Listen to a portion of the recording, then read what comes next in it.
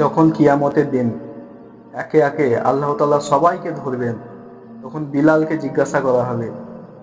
বলবে, বিলাল বলো দেখি ঈমান কি? তখন বিলাল বলবে, উত্তপ্ত মরুভূমিতে বুকের ওপর পাথর রেখে আমাকে বলা হয়েছিল আল্লাহকে ভুলে যেতে। তৃষ্ণার্ত গলায় আমি বলেছিলাম, আল্লাহ এক, অদ্বিতীয়। যখন খাব্বাবকে জিজ্ঞাসা করা হবে, খাব্বাব বলো তো ঈমান কি? তখন খাব্বাব রাদিয়াল্লাহু তাআলা আনহু বলবেন, কামারের কাছে গিয়ে উত্তপ্ত লোহা আমার শরীরে ঢালা হয়েছিল আর বলা হয়েছিল আল্লাহকে ছেড়ে দিতে। আমি আল্লাহকে ছাড়িনি।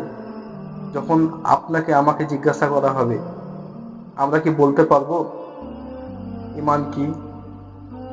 আমার মনে হয় আমাদের কাছে এরকম একটা স্পেশাল আমল থাকা দরকার, যেটা গিয়ে আমরা আল্লাহ তাআলার কাছে দাঁড়াতে পারবো।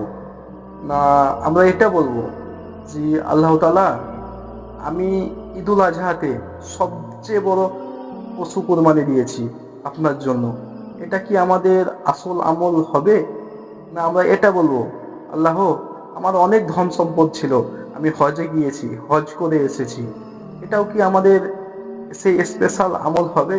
আমার মনে হয় এরকম একটা স্পেশাল আমল আমাদের দরকার, যেটা নিয়ে আমরা আল্লাহ তাআলার কাছে গিয়ে বলবো, হে আল্লাহ, পৃথিবীর কেউ জানে না আপনি আর আমি ছাড়া, আমি আপনার জন্য এই এনেছি।